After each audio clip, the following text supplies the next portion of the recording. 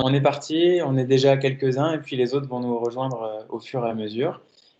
Donc bienvenue dans ce webinaire qui n'est pas anodin puisque c'est le premier de Red Language Center. Donc on est ravis de vous accueillir et de pouvoir converser avec vous pendant un petit peu moins d'une heure aujourd'hui. Aujourd'hui, on va parler de l'anglais, de l'apprentissage de l'anglais, qui est un objectif pour plein de gens. Et il y a parfois quelques écueils, quelques points de difficulté. Donc l'idée aujourd'hui, c'est de vous donner quelques clés, quelques conseils progresser encore plus rapidement et surtout plus durablement. Donc voilà, on va être ensemble à peu près une heure jusqu'à midi. On est en format interactif, donc n'hésitez pas à lever la main sur la petite application ou à poser une question dans le chat et on essaiera d'y répondre tout à l'heure. Voilà. Cool. Donc on peut se présenter rapidement. On va surtout laisser de la place à Nicole qui va être notre experte du jour. Moi je suis Anthony, en tout cas je m'occupe notamment de la communication digitale aux côtés de Red Language Center. Je te laisse passer le PowerPoint, Nicole, sur la partie présentation. Absolument. Oui, voilà. Je te laisse te présenter, puis présenter le centre rapidement, puis ensuite on rentre dans le vif du sujet. Ok. Du coup, je suis, comme beaucoup d'entre vous, vous me connaissez peut-être, mais je suis Nicole. Je suis écossaise et je suis en France depuis 2012. J'étais d'abord étudiante en français et espagnol. Donc, je sais ce que c'est d'apprendre une langue aussi, même si, ok, moi, je fais apprendre les langues aux autres. Avant, j'étais étudiante pour apprendre le français et l'espagnol. Du coup, en France depuis 2012, j'ai fait un master pour l'enseignement de l'anglais comme langue étrangère. Et maintenant, je suis prof chez RN Language Center depuis 2014. Ça fait quelques temps déjà. Ok, donc on se lance, Anthony? Ouais, c'est parti, let's go. Ok, let's go. Ok. On voulait introduire avec quelques chiffres qui sont pour nous très parlants. Vous allez peut-être vous reconnaître ou reconnaître des gens de votre entourage. 35% des Français estiment qu'il est utile d'apprendre une langue étrangère. Donc ça montre qu'il y a quand même un vif intérêt pour l'apprentissage linguistique dans notre pays. Ce qui est très intéressant, c'est de comparer avec le deuxième chiffre qui va apparaître tout de suite, puisque vous allez voir que seulement 14% des Français qui pratiquent une LV1 arrivent à atteindre un bon niveau. Alors, un bon niveau, c'est dit de façon globale, ça peut vouloir dire plein de choses. En tout cas, qui arrive à pratiquer confortablement cette langue. C'est finalement très faible. Et l'idée d'aujourd'hui, ce serait de vous aider à améliorer ce taux-là et quitte à s'impliquer dans une langue, à être un peu plus en confort, aussi bien à l'écrit qu'à l'oral, pour des usages divers et variés, qui peuvent être autant vie privée que professionnelle. Il y a finalement plein de raisons d'apprendre l'anglais et on en citera notamment quelques-unes tout à l'heure. Donc voilà, c'est un constat en tout cas qui nous interpellait et on trouve que notre rôle chez Rand Language Center, c'est aussi de compenser cet écart entre les gens qui aimeraient parler anglais et ceux qui y arrivent réellement. Absolument. Du coup, on veut augmenter ces chiffres dans l'idéal, c'est notre but. Du coup, notre programme pour aujourd'hui. Donc, on commence par parler des freins psychologiques. Comment s'en débarrasser? Mine de rien, c'est quand même important. C'est quelque chose qui joue un rôle assez important quand on démarre notre formation. Également, il est important de se connaître pour apprendre. Donc ça vaut pour tout ce qu'on peut apprendre dans la vie, mais il faut connaître soi-même pour savoir comment on apprend le mieux. Donc on va parler sur tout ça. Et également, ce que je sais que ça doit intéresser beaucoup de personnes, quelles ressources on peut utiliser pour justement progresser en anglais. Mais ça va pour d'autres langues aussi, forcément, mais surtout aujourd'hui en anglais. L'importance des échanges. Donc ça, on va vraiment souligner ce point-là parce que les échanges, c'est essentiel pour progresser. Et également, comment s'impliquer durablement. Donc savoir que c'est un investissement personnel quand on apprend une langue. Exactement. Alors je suis très curieux qu'on attaque cette première partie parce que moi je me reconnais complètement dans ce chapitre numéro 1. Moi je suis gêné de par mon accent, ma prononciation, j'ai un peu peur du regard des autres. Je ne sais pas pour les autres apprenants qui sont avec nous aujourd'hui. Donc, quels sont les conseils que tu peux nous donner par rapport à ça, toi, Nicole, par rapport à ton expérience? Oui, c'est ça, parce que comme je disais tout à l'heure, je suis prof, mais je suis aussi, j'étais élève, j'étais étudiante, donc je sais ce que c'est. Pour, par exemple, oser parler devant les autres.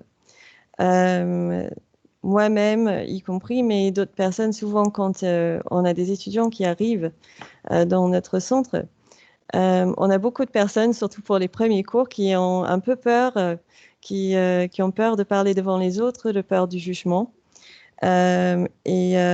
Surtout l'idée, justement, de faire des erreurs. Et nous, ce qu'on veut dire, c'est le fait de parler devant les autres. Souvent, vous partagez des expériences semblables avec d'autres personnes. Ça permet aussi un échange. Euh, une personne va peut-être connaître certaines choses que vous ne connaissez pas et vice-versa. Le fait de faire des erreurs, justement, c'est pas grave du tout, c'est nécessaire pour progresser. Je sais que, bah, pour donner un exemple personnel, moi, quand j'étais arrivée en France, au départ, je n'osais pas. Bah, avant, j'ai parlé un petit peu, mais dès que je faisais des erreurs, si quelqu'un me corrigeait, je commençais à complexer un peu. Je m'étais dit, non, je fais que des bêtises quand je parle. J'ai pas envie de faire des bêtises. Je finissais par pas beaucoup parler ou de prendre beaucoup de temps parce que je voulais que ma phrase soit parfaite, nickel, avant d'oser de parler. Et j'ai eu beaucoup de chance de tomber sur un copain qui m'a dit, non, vous allez parler, bah, tu vas parler, je vais te laisser parler, je vais pas te corriger. Euh, il est important, il faut que tu fasses des erreurs pour que ensuite tu puisses te corriger. Et pour moi aussi, personnellement, j'avais aussi cette idée de l'accent, euh, le fait que j'ai peut-être un accent qui n'est pas très correct en français. Et je pense que c'est pareil pour beaucoup d'entre vous en anglais. Je pense que Anthony, je pense que tu en as parlé aussi. Oui, c'est clair. Et ce qui est dingue, enfin, ce qu'on se disait avec Nicole en préparant ce webinaire, c'est que chez les autres, on trouve ça beau, on trouve ça mignon, presque charmant, et chez soi, c'est un complexe. Et ça, il faut à tout prix lever cette barrière-là parce que c'est un vrai frein. Absolument, absolument, parce que bah, justement, oui, comme tu disais, bah, tout le monde a un accent et souvent ça rajoute tout le charme quand on communique parce que ce serait très ennuyant si tout le monde avait le même accent. Donc pour moi, ce qui est important, c'est le fait que le message soit clair. Donc si vous êtes avec moi en cours, si j'ai la chance de vous avoir en cours, je focalise pas sur l'accent, le fait que vous ayez un accent français. Moi, c'est super ça. C'est justement peut-être si vous mettez l'accent pas sur les bonnes syllabes ou c'est quelque chose comme ça qui va gêner à la compréhension. Le fait de dire close ou close, par exemple, ce genre de choses, ça change toute la signification du mot. Du coup, c'est là où ça devient important, mais il ne faut pas avoir peur de faire ces erreurs-là. Ça nous aide à progresser, justement. Et voilà, sur le point de construire autour de ces erreurs, justement, l'autocorrection. Euh, quand vous faites des erreurs, euh, c'est en fait le fait de faire des erreurs, et on va parler tout à l'heure de la répétition, c'est le fait de faire des erreurs, vous êtes obligé de vous autocorriger et éventuellement de répéter ces mots-là, ce qui fait qu'on va plus avoir tendance à retenir. Et donc, justement, les erreurs, c'est super parce que souvent, c'est les erreurs qu'on fait plus après. Parce qu'on en a fait, du coup, on commence à s'autocorriger. C'est un peu comme dans la vie finalement. Exactement. C'est ça, c'est ça. Ben, on apprend, avec nos erreurs, on apprend dans la vie. Et c'est exactement comme ça dans les langues, avec les langues. Et justement, nous, on n'est pas là pour vous juger. Et c'est pas du tout un jugement. On est là. Je sais que on a l'idée que bah, apprendre, c'est comme à l'école. Du coup, on a des notes et on a des tests. Et c'est pas du tout ça pour nous. en fait, chacun va avoir une progression différente. Ce ne sera pas pareil pour tout le monde. Tout le monde ne démarre pas sa formation avec les mêmes connaissances, le même niveau. Et nous, on est là pour identifier vos forces, vos faiblesses et essayer de vous guider pour que vous puissiez justement arriver là où vous voulez être au niveau de votre communication en anglais. Voilà, voilà. Ok, ok. J'ai moi-même pris des notes, hein, pour mon propre apprentissage. Cool. C'est bien. Super. Donc, ensuite, on a une deuxième partie. Alors ça, c'était un point qui était très important quand on a préparé, hein, cet événement. Tu me disais, chaque apprenant est différent et on n'a pas tous une formule. Enfin, on peut pas appliquer la même, en tout cas pour tout le monde. On a une façon de mémoriser les choses qui est propre à chacun. On a une sensibilité qui est différente, du ludique pour certains, du visuel, de l'exercice, etc. Oui. Et pour toi, tout se joue presque ici. Donc, bien se connaître pour mieux se comprendre. Qu'est-ce que tu peux nous en dire? Oui, c'est tout à fait ça. C'est que, comme tu disais tout de suite, c'est que il y a des personnes, bah, tout le monde apprend différemment. Je sais que personnellement, je suis plus visuelle. Mais pour d'autres personnes, c'est peut-être plus l'écoute qui va leur parler, vraiment. Du coup, c'est important de connaître soi-même quand on apprend. Et du coup, par exemple, bah, en parlant déjà dans notre centre, par exemple, quel est mon niveau de départ, euh, bah, on peut savoir ça peut-être soi-même. Je sais que par exemple, chez nous, ce qu'on fait, c'est un test de niveau pour savoir justement où vous en êtes. Bah, nous, on travaille avec Cambridge et on va en reparler, mais c'est c'est important quand même de savoir son niveau pour essayer d'avoir une formation mieux adaptée. Euh, et quand on a un niveau avancé, on ne va pas voir les mêmes choses forcément qu'un débutant. C'est normal. Donc, savoir son niveau, savoir son objectif, parce que tout le monde n'a pas le même objectif ou les mêmes objectifs quand on apprend une langue. Il y a des personnes qui veulent tout simplement pouvoir commander à manger ou aller dans un hôtel, pouvoir réserver par téléphone. Il y a d'autres personnes qui veulent faire ça pour le plaisir, euh, pour voyager. Euh, Autrement, ça peut être pour des raisons plus, bah, si je peux dire ça, plus conséquentes peut-être. Par exemple, si vous allez travailler à l'étranger ou vous allez vous installer à l'étranger, forcément, là, c'est un objectif qui devient très, très important pour votre vie professionnelle. Et tout ça, il faut prendre en compte, il faut tenir compte de tout ça quand on démarre la formation. Nous aussi, de notre côté, on est conscient de vos objectifs et c'est très important. Donc, quel usage de l'anglais? Donc, comme je disais tout de suite, pour quelles raisons vous apprenez? C'est ça l'idée. Donc, euh, et vos points faibles. Donc, c'est important d'être honnête avec soi-même parce que j'ai beaucoup d'étudiants qui vont dire, ah non, mais je suis nul en anglais ou pas tout le monde, heureusement, mais généralement, c'est jamais le cas. C'est jamais le cas. C'est juste, vous avez aussi des points forts. Et il faut être honnête avec soi-même et de ne pas être gêné pour dire non, ça, j'arrive plutôt bien. Par rapport à mon niveau, si je suis débutant ou débutante, j'arrive plutôt bien avec ça.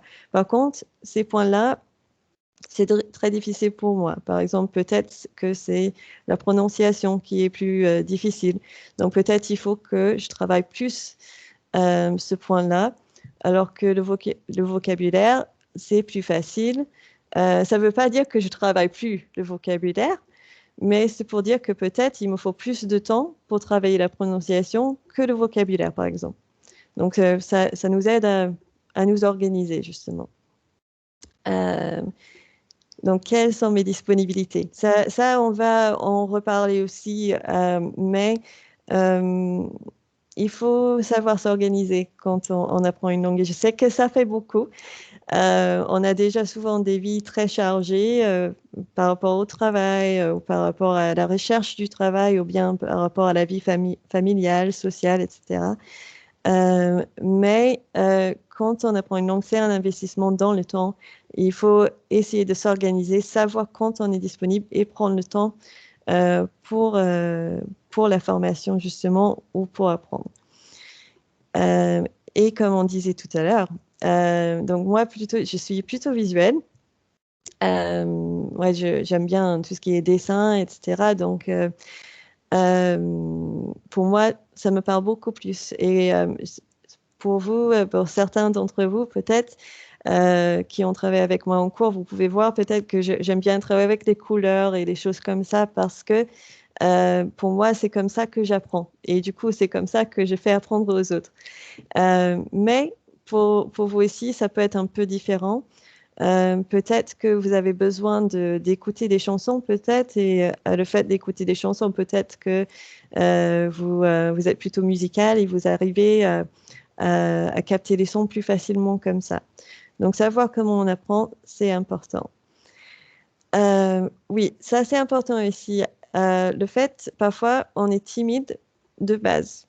Ça peut, c'est le cas c'était mon cas pour moi. Je sais que peut-être il y a des personnes qui me croient pas, mais je suis très timide de base. Mais du coup, apprendre une langue aussi, c'est souvent, on se met dans des situations où justement, ça, ça peut faire peur un petit peu parce qu'on est obligé de communiquer et de surmonter le fait qu'on soit timide pour échanger. Du coup, c'est important de savoir ça. Est-ce que je suis quelqu'un plutôt timide? Et aussi, ça peut être le cas que si vous êtes très à l'aise dans votre langue maternelle, si vous êtes débutant dans une autre langue, ça peut être frustrant au départ parce que vous voulez communiquer euh, avec la même aisance, si je peux dire ça. Je ne sais pas si ça que dans votre langue maternelle. Donc, il ne faut pas s'inquiéter. Comme je disais, c'est un investissement dans le temps. Il faut prendre le temps. Euh, et du coup, si on est quelqu'un de visuel, si on est quelqu'un qui a plus de facilité à l'oral, quelles sont les ressources qui vont m'aider à obtenir ces objectifs, à réussir mes objectifs? Donc, savoir quelles ressources sont là pour moi, pour atteindre mes objectifs. Et on Ça, va parler de ça tout de suite. ouais. Bah, merci Nicole. C'est une partie vraiment intéressante parce qu'on a une chance en 2020, on a des ressources partout autour de nous. Mm. Et en même temps, quand on en a partout autour de nous, des fois on ne sait plus forcément lesquelles choisir. On disperse un petit peu notre temps et nos énergies sur plein de choses. Et on va peut-être moins en profondeur sur ce qui marche vraiment. Donc là, on va pouvoir présenter certaines ressources qu'on a à disposition. Après, bien sûr, il sera propre à chacun bah, de se les approprier et de trouver bah, le format qui fonctionne le mieux pour soi. Oui, absolument. C'est comme tu dis, il y a beaucoup, beaucoup de ressources. Donc, parfois, c'est pas facile non plus de savoir trier un peu dans ces ressources. Avec Internet, il y a tellement de ressources maintenant qui sont disponibles. Mais savoir quelles ressources vont être utiles pour moi et savoir également que les ressources, donc on va en reparler, mais les ressources, c'est très important, mais euh, c'est, euh, il faut aussi parler de l'échange. Donc ces ressources vont plutôt viser les compétences, le fait de lire, de d'écouter, parfois d'écrire, mais souvent plus les compétences plus passives, justement, lire et écouter. Euh, mais dans notre méthode, par exemple, comme je disais, donc on a, on essaye de complémenter les ressources avec les cours interactifs. Euh, du coup, euh, quand vous venez, pour ceux qui sont déjà venus, vous avez des cours avec professeurs où justement, l'idée de blended learning, c'est que vous avez eu des cours sur l'ordinateur, que quand vous venez, vous avez l'occasion de travailler les points de grammaire ou le vocabulaire que vous aurez vu sur l'ordinateur. Et également, un complément à ça, ce sont des classes de conversation. Et ça, c'est vraiment important pour progresser. Le fait d'échanger, de communiquer et de parler avec les autres. Vous apprenez des choses de la part de votre prof, bien sûr, mais vous apprenez des choses de la part d'autres étudiants qui partagent leurs connaissances. Et c'est aussi, ça aide beaucoup pour la motivation. Quand on apprend une langue généralement pour parler. Peut-être on apprend pour lire, pour écrire, pour écouter, mais on apprend surtout pour communiquer et pour parler. Donc ça aide à garder la motivation. Et pour nous, en tout cas, on a nos exercices en ligne qui va être un support important par rapport au point de grammaire, par rapport au vocabulaire, parce que même si vous avez, et c'est très important d'avoir les cours avec professeurs, d'avoir les échanges avec le professeur, avec d'autres étudiants, il est important pour vous quand vous apprenez également d'avoir un travail personnel. euh, un travail autonome où on est capable de dire, OK, bah, je vais pouvoir aujourd'hui, je ne vois pas mes profs, mais je vais pouvoir travailler tel ou tel point de grammaire ou tel point de vocabulaire, par exemple. Et également, il y a forcément, bah, on parle de notre formation chez nous, mais maintenant, vous avez accès à beaucoup de choses. Euh, comme on disait tout à l'heure, avec Internet, il y a beaucoup d'applications. Donc, j'ai beaucoup d'étudiants. Personnellement, je vais vous avouer, j'ai jamais utilisé Duolingo, mais j'ai des étudiants qui m'en ont parlé. Euh, je dirais que les applications, c'est très, très bien. Euh, et si ça vous aide, tout ce qui va vous aider, c'est quelque chose de bien. Donc, si c'est quelque chose de ludique, ça aide beaucoup. Donc, je pense que beaucoup d'applications, c'est fait pour être ludique aussi. Le fait que ça soit ludique, ça, généralement, c'est un petit complément et ça prend pas beaucoup de temps. On peut faire peut-être, je sais pas, dans le bus, dans le métro, pas dans sa voiture, il faut se concentrer sur la route, mais des choses comme ça. Juste quelque chose peut-être de plus personnel, mais en tant que dictionnaire en ligne, si je peux vous conseiller un dictionnaire que j'utilise, peut-être d'autres d'entre vous, si vous avez, n'hésitez pas à noter si vous avez d'autres conseils pour les autres, mais Word Reference pour moi, c'est quelque chose qui marche très bien parce que c'est un dictionnaire que je trouve personnellement fiable, qui donne et des définitions et également il y a des forums ou du coup, forum, je ne sais pas comment vous dites en français exactement, mais qui permettent l'échange sur des choses, par exemple, peut-être plutôt les expressions, quelque chose de plus précis. Également, vous avez BBC English, donc la BBC, ils font beaucoup pour l'apprentissage de l'anglais et je pense qu'ils organisent par niveau aussi des textes, des articles. Et si vous avez un niveau un peu plus avancé, TED Talk, c'est très très bien. Vous avez aussi le texte, la vidéo, des sous-titres. Tout ça, c'est très bien pour vous accompagner lors de votre formation. Vous avez également forcément YouTube, c'est une très bonne chose, YouTube. Il faut savoir sélectionner et faire le tri, mais ça peut être très bien pour regarder des vidéos. J'ai conseillé déjà aux étudiants qui s'intéressent au voyage et qui travaillent leur anglais pour voyager. Bah, je fais pas partie de leurs entreprises, mais c'est juste que c'est par exemple Lonely Planet, ils font beaucoup de vidéos, Expedia, il y en a peut-être d'autres qui font des vidéos de voyage et c'est très intéressant parce que vous avez, si le voyage vous intéresse, vous avez l'aperçu du pays, mais également vous travaillez votre anglais en même temps. Mais il y a des étudiants qui regardent des séries, des films aussi en anglais. Je dirais que ça, c'est peut-être pour les niveaux plus avancés.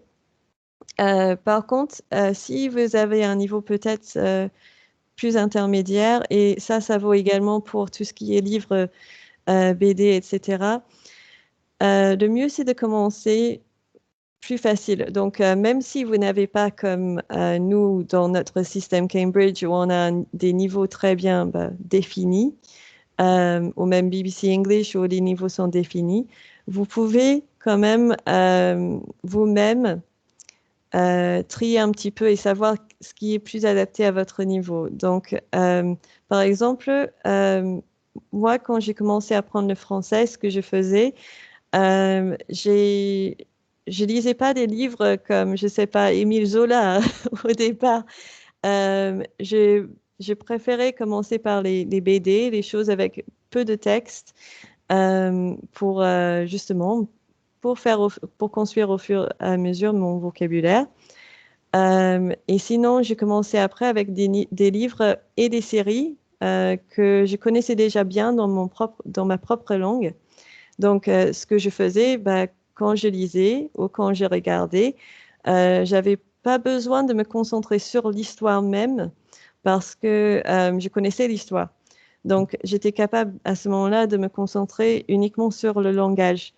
Mais c'était plus ludique peut-être que de faire tout le temps des exercices de grammaire. Ça permet aussi de varier un petit peu.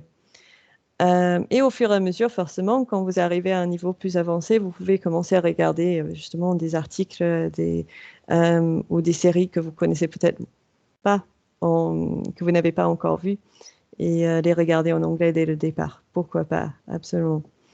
Et forcément, si aussi, si vous êtes plutôt quelqu'un qui apprécie l'écoute, les podcasts, les radios, je pense qu'il y en a beaucoup pour beaucoup de sites journalistiques, la BBC, mais autrement, je pense qu'il y en a beaucoup aussi des références aux États-Unis, leur chaîne des infos, ils ont beaucoup de podcasts et des choses comme ça.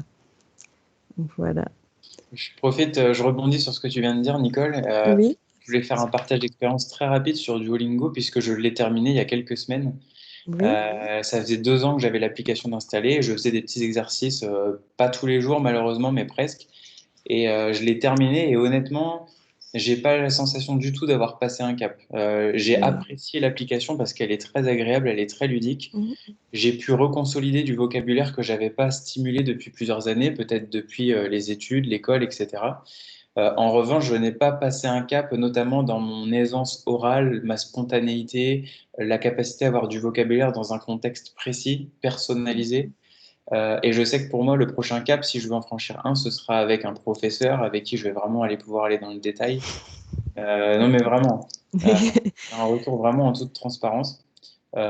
Ceci dit, l'avantage de Lingo, c'est que ça nous met quand même dans un rythme, ça nous met dans un réflexe quotidien de s'impliquer pour apprendre quelque chose. Et ça, je pense que c'est bien. Donc, en parallèle de cours avec un professeur, je pense que c'est super pour être dans la dynamique, en fait.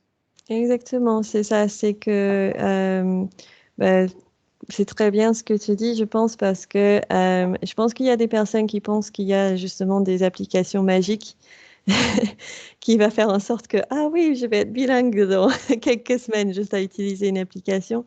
Euh, généralement, c'est pas le cas. Peut-être il y a des exceptions dans le monde, mais les profs, encore heureusement pour nous, on a encore notre rôle à jouer, mais c'est très, très important. Les échanges, c'est également pour garder la motivation. Donc, les choses ludiques, les applications, c'est très bien, mais les échanges avec professeurs et, comme je disais, avec d'autres étudiants aussi, c'est très important. Ça nous aide à être motivés et aussi à mettre en pratique tout ce qu'on peut apprendre autour des ressources.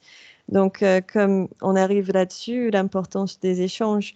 Donc, le fait que avec tout ce qui était les ressources, comme on disait tout de suite, et j'imagine que Duolingo, ça en fait partie, c'est que ça va travailler plus la lecture, plus l'écoute éventuellement. Donc, les compétences qu'on appelle les compétences passives, alors que les échanges, donc ça peut être des échanges par mail, pourquoi pas aussi, ce qui fait un échange à l'écrit, donc aussi un échange, une échange active, mais aussi les échanges à l'oral.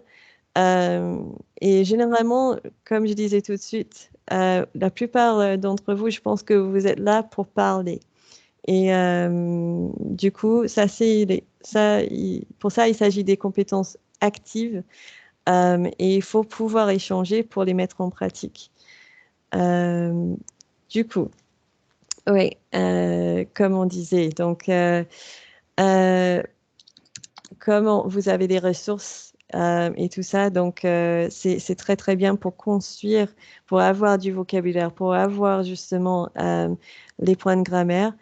Mais ensuite, il faut pouvoir s'en servir. Il y a justement sur les diapos que je vois, le cerveau a besoin de répéter plusieurs fois un mot pour retenir. Et ça, c'est vrai. Donc, la répétition, c'est la clé dans l'apprentissage des langues. Répéter, répéter, répéter. Donc, ça peut faire un petit peu comme, je ne sais pas si vous dites la vieille école, old school peut-être, un peu traditionnelle, l'idée de, OK, on répète et on finit par retenir. Mais on peut faire ça de façon plus ludique. Donc, je vais vous donner un exemple de quelque chose que j'ai fait et je pense que j'en ai parlé avec certains étudiants, mais par exemple, moi, je fais des jeux avec des images, des jeux de mémoire, mais à chaque fois, j'insiste sur le fait que donc j'ai l'image, j'ai le mot écrit qui correspond et on fait le jeu si on arrive à mémoriser et c'est plutôt ludique. Quelle image se trouve avec quel mot. Mais j'insiste à chaque fois, quand vous retournez les papiers, je dis, c'est quoi ça? Pour que vous répétiez le mot souvent, fréquemment. Parce que plus vous répétez le mot, plus de chance vous avez pour retenir. Et je sais que je travaille avec quelqu'un récemment qui est venu en cours et c'était la première fois qu'il voyait le vocabulaire qu'on travaillait. Je pense que c'était sur les meubles. Et du coup, c'était la première fois que cette personne voyait ça.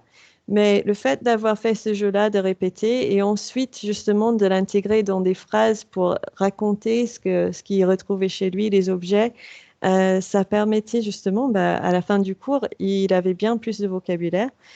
Euh, mais il faut continuer à répéter ça sur le long terme pour pouvoir garder ça justement. Donc, éventuellement, si vous faites des cours avec professeur, vous faites à l'oral. Je dis souvent à mes étudiants, mais n'hésitez pas à rentrer le soir. Et juste, je dis pas d'écrire un roman sur ce que vous avez fait, mais par exemple de faire quelques phrases, de noter ça. Tout ça, ça va vous aider justement à retenir. Donc, la répétition à l'oral, la répétition à l'écrit, euh, faire, faire travailler les compétences active, c'est ultra important pour justement progresser dans votre apprentissage. C'est vrai que quand on s'intéresse un peu à la partie cognitive pour savoir comment Oui, fonctionne le cerveau, oui, notre cerveau va être un peu comme un disque dur et va emmagasiner énormément d'informations, qu'elles soient lues, entendues, etc. Et en fait, c'est la pratique verbale qui va permettre d'aller solliciter ces petites données qui ont été stockées dans notre cerveau et de les rendre actives pour qu'on puisse les solliciter de façon très spontanée les fois suivantes. Donc, absolument.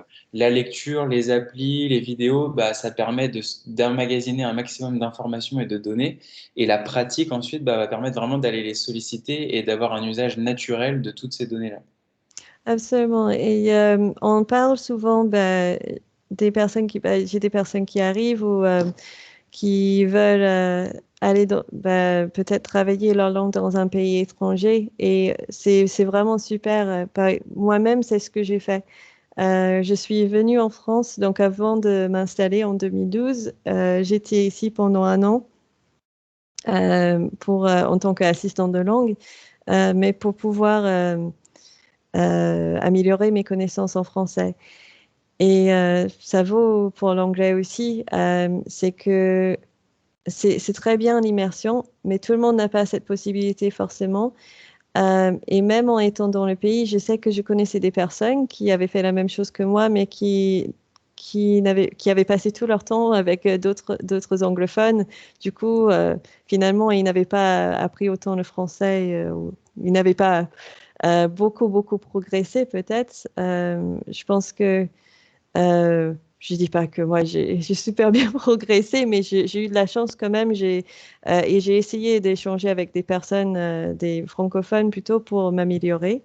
Mais même si vous n'avez pas la possibilité d'aller dans un autre pays, euh, comme tu as dit tout de suite, Anthony, le fait d'avoir des cours avec professeurs, le fait d'avoir des ressources en ligne et de pouvoir avoir des applications, des jeux ludiques, tout ça finalement, c'est très immersif.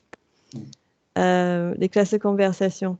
Si vous en faites un peu tous les jours et que vous soyez régulier, et on va en parler tout de suite, ça aide à être dans l'immersion, justement. Et là, du coup, on parle de ces faits-là. Donc, l'investissement personnel il faut en tenir compte. Quand on en apprend une langue, c'est un investissement en ce qui concerne le temps et qu'on peut consacrer aussi à notre formation. Et on a parlé de ça aussi, le fait que apprendre une langue, c'est un marathon, c'est pas un sprint. Et je sais que il y a des personnes qui arrivent, qui ont des objectifs où ils ont un entretien d'embauche dans quelques semaines, où ils ont peut-être un examen qu'il faut passer, ou bien ils envisagent s'installer dans un autre pays d'ici quelques mois. Mais quand même, ça dépend de votre niveau de départ, forcément, mais ça va prendre du temps. Euh, je pense que quel que soit votre niveau, et ça prend du temps quand même pour atteindre les objectifs. Du coup, euh, comment on peut atteindre ces objectifs? Bah, il faut être régulier. Pour moi, c'est très important et je pense, bah, peut-être que vous allez me dire, tous ceux qui regardent, mais euh, vous allez me dire que oui, c'est pas facile quand même parce que avec votre vie bah, votre boulot, votre famille, c'est pas facile. Et ça, je comprends tout à fait. Mais si vous pouvez être régulier, donc comme on met sur notre liste, de travailler sur des temps plutôt courts, mais il faut être fréquent dans son apprentissage, le fait de consulter des ressources ou d'avoir des échanges assez fréquents. Donc, par exemple, en ce qui concerne le travail personnel, donc là, on a marqué 2 à 3 heures par semaine, ce qui pourrait faire beaucoup quand on voit comme ça l'idée peut-être. Donc là, on parle uniquement du travail personnel, vraiment. Et ça peut paraître beaucoup, mais quand on pense qu'on peut travailler 20 minutes par jour, donc généralement, même si vous avez un emploi du temps très chargé, je pense que 20 minutes, c'est plutôt faisable. 20 minutes, 30 minutes, si vous pouvez, génial. Si vous avez plus de temps, super. Chacun est différent. Mais je conseille plutôt, si vous avez un emploi du temps très chargé, d'en faire un peu tous les jours, mais d'être régulier. Comme ça, c'est intégré dans votre routine. Et aussi, on voit un peu l'anglais chaque jour, ce qui fait que l'anglais aussi, ça fait partie de notre routine, ça fait partie de nos vies quotidiennes. Euh, et le fait d'en voir un petit peu tous les jours, c'est plus efficace généralement que d'en faire, par exemple, 3 heures de suite une journée et ensuite de ne pas travailler pendant le reste de la semaine. Euh, pour moi, personnellement, c'est plus efficace, mais je comprends que il y a des personnes qui vont peut-être me dire que oh, j'ai peut-être qu'une journée de libre dans la semaine. Mais si je peux partager un conseil, ce serait plutôt ça, de faire un peu tous les jours, que ça reste fréquent et intégré dans votre vie quotidienne. Donc, on a utilisé, bah, dans l'exemple qu'on donne, c'est comme quand apprend à jouer un instrument ou bien de pratiquer un sport. Donc, s'il y a des musiciens parmi nous ou des sportifs, vous allez nous dire, mais je peux donner un exemple personnel. Quand j'étais au collège-lycée, j'apprenais le saxophone. J'étais moins sportive. J'étais un peu plus musicale que sportive, mais j'apprenais le saxophone et du coup, j'aurais pu lire des partitions ou lire la théorie sur la musique, mais si je faisais que ça, j'aurais pas été capable quand même de jouer une chanson au saxophone. Et du coup, il est important également pour en ce qui concerne les instruments et également le sport, je pense que nous on appelle ça, donc si je fais une traduction approximative, c'est la mémoire musculaire. Où le fait de répéter les mêmes mouvements, ça va permettre d'intégrer justement. Euh, et c'est important quand on apprend un instrument ou bien un sport, le fait de s'entraîner avec les mêmes mouvements en gymnastique ou quelque chose, au bout d'un moment, c'est plus intégré dans notre corps et ça devient presque automatique. Et en anglais, donc il ne s'agit pas vraiment de mémoire musculaire, mais plutôt, si on imagine le cerveau comme le muscle, du coup, c'est le fait de répéter les mots. Et on a dit tout à l'heure, les répétitions, c'est la clé. Le fait de répéter, répéter des mots ou bien des structures grammaticales. Moi, c'était le cas en français. Il y avait des structures qui me paraissaient très, très dures. Donc, du coup, j'ai essayé justement de les répéter, de les intégrer dans ma communication. De trouver des exemples personnels et les intégrer lors de mes échanges pour que ça reste en place, pour que ça soit assimilé. Euh, et du coup, comme on a utilisé l'exemple du sport, euh, en sport, vous avez un coach, en instrument, vous avez un professeur généralement, et en anglais aussi, vous avez des professeurs. Mais c'est vraiment comme un rôle de coach. Donc là, on est là pour vous guider, pas pour vous juger, comme je disais tout de suite. Donc c'est très important. Il ne faut pas avoir peur de faire des erreurs. Justement, ça va nous aider à dire, OK, ça c'est plutôt les points faibles et on va pouvoir les reconnaître pour pouvoir vous aider à progresser et dire les points qu'il faut plus travailler.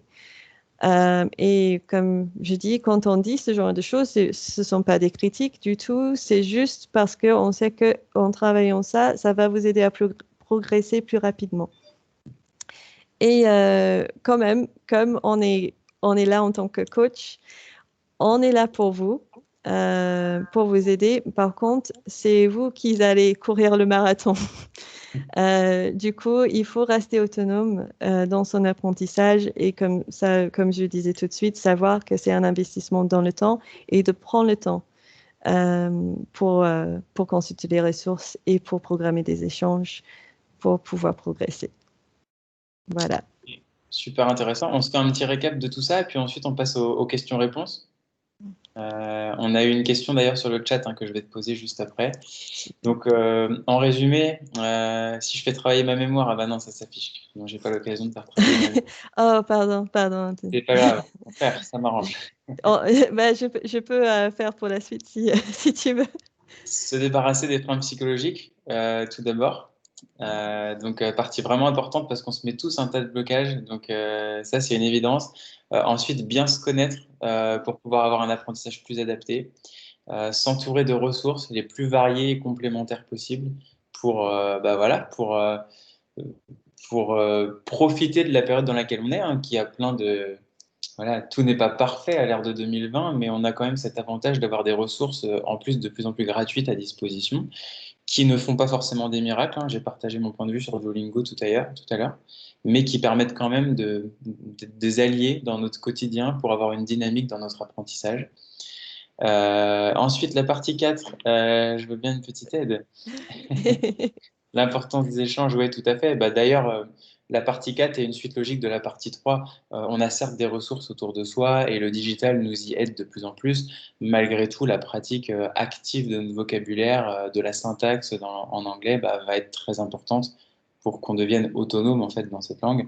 Et puis enfin, bah, je dirais, bah, comme dans tout apprentissage sportif, musical, professionnel, il faut s'impliquer pour avoir des résultats, et il faut s'impliquer si possible sur la durée pour que les résultats soient durables. Donc on est sur quelque chose de très logique. Voilà, chacun pourra se reconnaître en fonction de son niveau et de son positionnement dans son parcours pédagogique, hein, en démarrage, au milieu ou plutôt en fin d'apprentissage. Donc évidemment, on est sur des conseils qui sont génériques et ensuite, bah, c'est la rencontre avec les professeurs qui permettent d'avoir une analyse au cas par cas et vraiment un plan d'action, d'avoir des discussions qui correspondent aussi aux sujets qui vous plaisent. Steve, hein, qui est chez nous dans le centre, voilà, dit souvent bah, parler avec un apprenant de quelque chose qu'il apprécie dans la vie, bah, ça permet de l'engager plus dans son parcours d'apprentissage. Et le rôle d'un bon prof, c'est aussi celui-ci, c'est de comprendre ce qui vous intéresse et puis bah, de converser naturellement sur ces sujets avec vous. Donc voilà. Puisqu'on parle d'échange, on a une question sur le chat, Nicole. Ok. On nous demande s'il y a des méthodes pour pratiquer verbalement, mais en étant seul, c'est-à-dire sans aller en immersion quelque part ou sans voir un professeur. Donc, pour parler verbalement, donc plus à l'oral, Oui, mais sans voir quelqu'un du tout, juste ouais, tout seul. ouais. Euh, Bah, je pense que si quand même, si par exemple pour travailler la prononciation, tout simplement le fait de prendre son portable, de s'enregistrer, Mm. c'est possible aussi. Donc, de créer des dialogues. Nous aussi, souvent, en tant que prof, on est obligé de créer des dialogues ou d'imaginer des dialogues pour vous. Et c'est la même chose. Vous pouvez dire, OK, je vais me tester. Je crée un thème. Je vais dire, OK, euh, j'ai- je vais prendre quelques minutes pour parler bah, j'ai utilisé l'exemple des meubles tout à l'heure, donc pourquoi pas, je vais parler de ma maison et, ce qu'il trouve dans ma maison. Je vais essayer de décrire ma maison en détail, le plus de détails possible. Donc, j'appuie sur enregistrer et je pars de ma maison. Et après, vous pouvez réécouter et savoir justement pour analyser les prononciations, pour analyser le fait est-ce que vous êtes assez fluide quand vous parlez. Donc, parfois, c'est juste une question de s'enregistrer sur son portable. Euh, mais quand même, j'insiste quand même sur l'échange. C'est mieux d'échanger avec des personnes. Mais si vous voulez travailler euh, tout seul et justement de pouvoir travailler la prononciation, le fait de parler plus fluidement, je conseille ça. Si, euh, si jamais quelqu'un a une autre idée, n'hésitez pas, mais c'est ce que je ferais personnellement et je pense que c'est ce que j'ai déjà fait. Moi, j'avais mis des petits exercices de prononciation sur Google. Donc, il y avait, Oui, c'était une vidéo déjà enregistrée, on n'était pas sur du live. oui. Et c'était pour travailler un peu mon accent, la prononciation, les syllabes, etc. Mhm. Et donc, il y avait tout un ensemble d'exercices avec des phrases et je m'amusais à les répéter. C'est plutôt une bonne expérience. En revanche, il n'y a pas l'interaction. Donc, l'interaction, on peut l'avoir qu'avec un humain en face de soi. Oui. Il existe peut-être des chatbots, etc. Mais voilà, je pense qu'ils seront payants et puis ce sera pas aussi naturel, aussi personnalisé. Donc voilà, on a une réponse. Alors, Sarah qui te remercie, hein, Nicole. Hein. Merci, Nicole, pour cet échange. Je travaille sur l'apprentissage de l'anglais depuis 20 ans. Alors, pardon. Ces derniers mois, je n'ai pas pu approfondir cet apprentissage et j'ai le sentiment de perdre mon niveau. Oui. Est-ce que c'est une impression ou est-ce que c'est vrai? Est-ce qu'on régresse vraiment? C'est la Mhm. première question. Il y en a d'autres, mais est-ce que tu peux répondre à celle-ci? Donc, c'est juste que bah, je vérifie que j'ai bien compris. C'est que Sarah n'a pas pratiqué depuis quelque temps, c'est ça? Et du coup, elle se demande si elle a perdu son Oui. niveau. Est-ce qu'on Ok. regrette vraiment quand on ne pratique plus? Bah, je suis sûre qu'il y a toujours des restes et justement, ça revient plus facilement quand on reprend. Mais je dirais que généralement, oui, malheureusement. Ça dépend des personnes, mais généralement, quand on parle plus, j'ai un exemple assez, bah, j'ai quelques exemples assez concrets. J'avais des copines à l'université qui étaient bilingues parce que de naissance, bah, de naissance à peu près. J'avais une copine qui venait des îles en Écosse, des îles tout au nord, et là-bas, ils parlent le gaélique. Donc, je ne sais pas si d'autres personnes connaissent cette langue-là, le gaélique, mais il parlait le gaélique. Et du coup, quand elle a déménagé à Glasgow, donc ce qui est plus dans le sud de l'Écosse, et elle était à la fac, Du coup, dans le sud de l'Écosse, généralement, il y a très peu de personnes qui parlent gaélique, donc du coup, elle parlait plus. Et elle me disait à un moment donné, je pense que c'est le prof de gaélique à la fac qui est passé, qui lui a dit quelques mots, et elle disait, j'avais beaucoup de mal à lui parler. Parce que c'est juste le fait, c'est les habitudes, ça disparaît quelque part, et après, ça peut redémarrer. Il y a pas, si vous reprenez, souvent, vous allez trouver que ça revient de plus en plus vite. Plus on travaille, ça a tendance à revenir. Mais c'est pareil pour moi également. J'ai appris l'espagnol j'étais jamais très, très forte en espagnol. Mais à un moment donné, à la fin de mes études à la fac, j'avais des conversations assez facilement quand même, pas sur tous les thèmes, mais par contre, depuis, vu que je pratique presque plus depuis que je suis ici en France, j'ai quand même perdu. Parce que j'ai plus, c'est plus actif. C'est comme quand on fait, comme on utilisait justement, on parlait des sports. Quand on pratique plus le sport, on perd les muscles. Euh, Sauf dans quelques exceptions, mais généralement on perd nos muscles et du coup il faut reprendre et retravailler pour pouvoir les avoir encore. Pour, Oui, tout à fait. Et comme tu disais, on peut reprendre aussi plus rapidement, c'est une partie de la question mm, aussi. mm, Est-ce qu'on retrouve son niveau plus rapidement? Bah, bien sûr, c'est comme dans le sport, mm, le muscle a une mémoire, le cerveau, évidemment, en a une aussi. Et mm, les points de connexion vont se faire forcément un peu plus rapidement que si on est sur un démarrage d'apprentissage. absolument, oui. L'investissement initial n'est pas perdu. Maintenant, il faut le restimuler. Une des questions, c'est aussi, selon vous, est-ce que la pratique d'une langue doit se faire tout au long de sa vie? Je trouve que c'est une bonne question. Oh. C'est une très bonne question je dirais oui. Ah. Euh, mais tout au long de sa vie, je dis pas qu'il fallait être bébé. Voilà, au départ, je sais que si vous commencez à apprendre maintenant l'anglais, c'est très bien aussi. Mais oui, quand vous commencez à apprendre une langue, c'est si vous voulez maintenir votre niveau ou justement progresser, parce que c'est ça qui est intéressant avec les langues. Les langues changent beaucoup, beaucoup. Je ne sais pas si, peut-être Anthony, tu vas trouver plus facilement que moi, mais en français, il y a des expressions. Je suis sûre que euh, avant, par exemple, parents, grands-parents, ils utilisaient les expressions que nous, on n'utilise plus, que vous utilisez plus en Ouais, français. ouais. Et c'est la même chose en anglais. Je faisais un cours l'autre jour et je parlais des années 60. Et aux années 60, ils disaient le mot groovy pour dire cool Mm. en anglais. Et maintenant, ça s'utilise plus beaucoup. C'est utilisé de façon ironique maintenant. Mais c'est ça, c'est que les langues, ça change, ça évolue. Du coup, c'est important, je pense, de rester au courant, même nous, en tant qu'anglophones, le fait de vivre en France, euh, notre langue continue à évoluer chez nous, dans nos pays, et peut-être il y a des choses, des références culturelles aussi qui sont très importantes quand vous avancez dans votre apprentissage d'une langue. Par exemple, moi-même, je parlais assez bien français, mais par contre, pour suivre un spectacle d'humoriste, Mm. c'était compliqué Mm. parce qu'il y a des références culturelles sur la France que moi, j'ai pas vécu, que je connais pas. Donc, le fait de suivre aussi les points culturels, de s'intéresser à la culture, de s'intéresser euh, justement à ces changements, ça nous aide à rester au courant et justement que notre langage qu'on utilise, ça reste courant quand même. Mm. Ouais, complètement. Ok, Mm. on a un témoignage qui est intéressant et peut-être que tu Ok. pourrais donner un conseil à cette personne.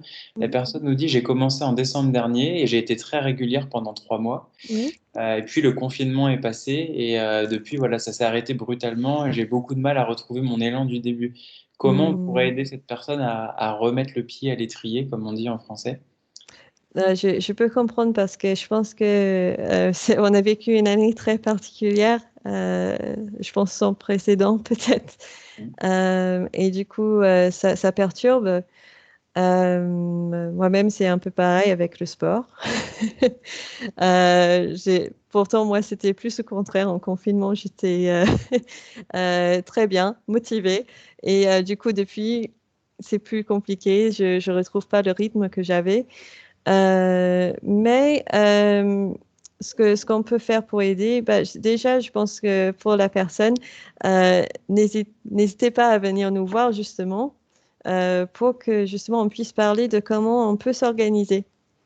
Et même avec nous, on peut se dire, OK, comment vous allez planifier et vous organiser. Parce que peut-être, je ne sais pas, pour la personne qui a envoyé le message, mais je ne sais pas si c'est une question peut-être de travail ou votre famille qui peut-être qui perturbe peut-être parce que le confinement, c'est compliqué, les règles qui ont été mises en place en confinement et même encore maintenant, peut-être que ça vous empêche à vous organiser comme avant. Mais si vous arrivez à justement vous dire, OK, bah, quand est-ce que je suis vraiment disponible? Je me fais un planning. Comme je disais, le mieux, c'est d'être régulier, d'essayer de se dire, surtout si l'idée de faire 1 heure, ça vous bloque, si vous êtes, ah, non, je me sens pas bien à l'idée de faire 1 heure sur ordinateur, par exemple, bah, vous dites, OK, bah, je fais que peut-être 10 minutes et peut-être 20 minutes. Et après, de reprendre petit à petit, mais d'être régulier. Mais n'hésitez pas à venir nous voir quand même, parce que nous aussi, on peut vous aider avec votre organisation. Euh, mais je dirais ça, c'est l'idée de juste de se faire un emploi du temps, peut-être de fixer des créneaux pour faire telle chose. Ça, c'est l'idéal quand vous pouvez, si c'est quelque chose que vous pouvez faire selon votre planning. Euh, c'est pas mal. Je ne sais pas si j'ai bien répondu à votre question. J'espère. Et personne nous dit, j'ai suivi les cours en vidéo et suis revenu en présentiel au centre, mais j'ai stoppé le labo. Ok, ouais, ok. Bah, je pense que c'est ça que je dirais parce que comme c'est complémentaire, et je comprends aussi parce que euh, on a, on a 2 cas parfois, il y a des personnes qui préfèrent être dans le labo, parce que peut-être ils sont plus timides, ils ont peur peut-être devant les autres, ou qui justement qui prennent plaisir, ils aiment bien faire des exercices. Euh, et il y a des personnes aussi qui préfèrent justement être dans les compétences actives, le fait de parler, d'échanger.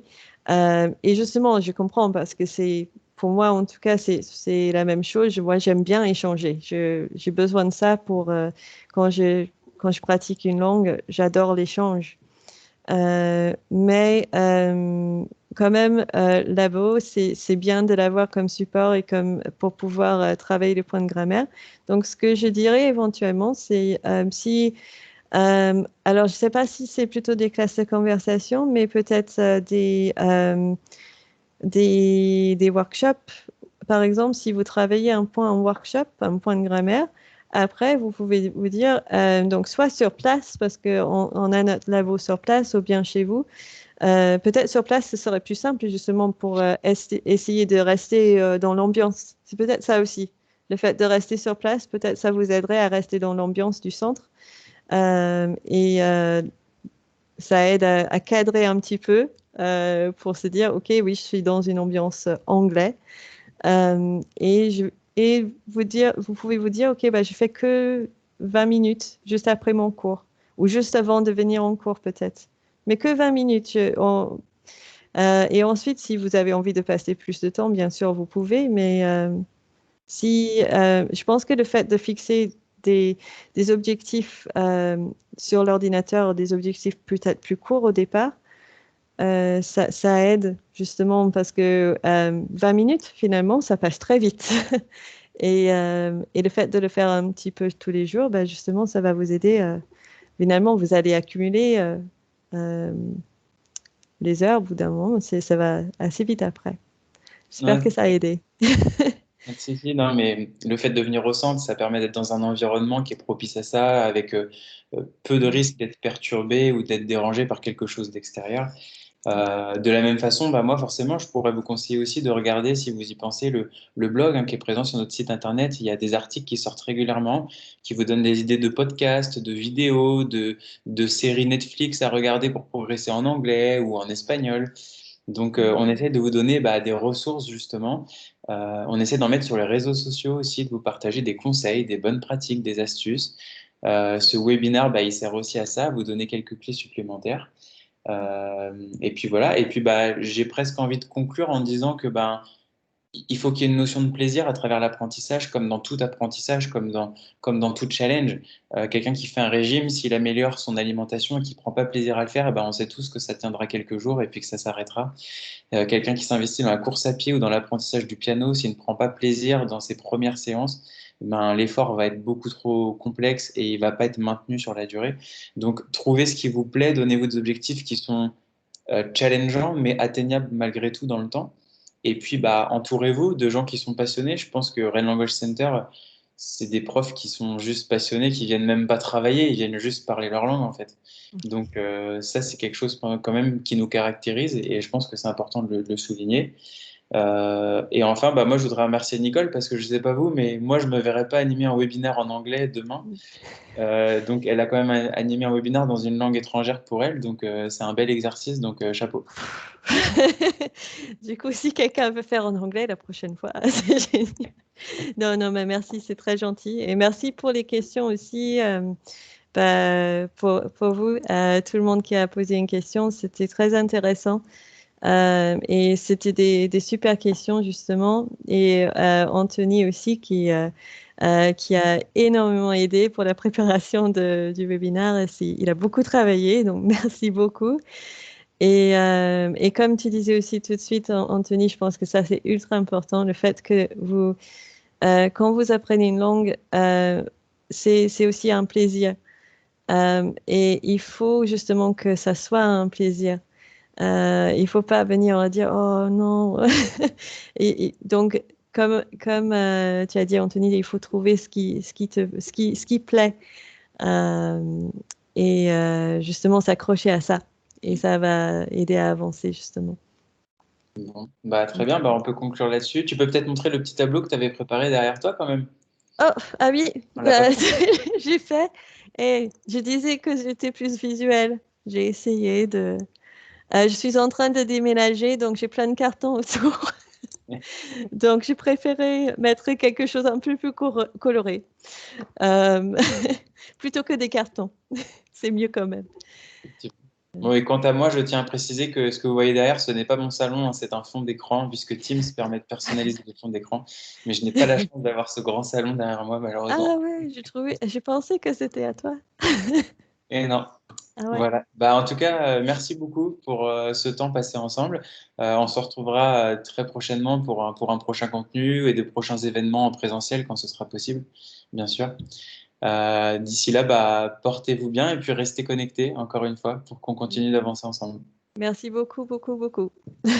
Merci. Merci. À bientôt. Salut.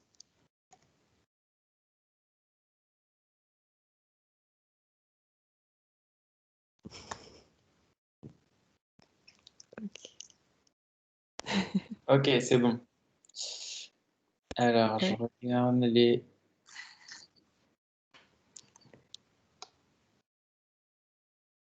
Ok. Je vois que. Ah, On va laisser les dernières personnes se déconnecter et puis on va... ouais.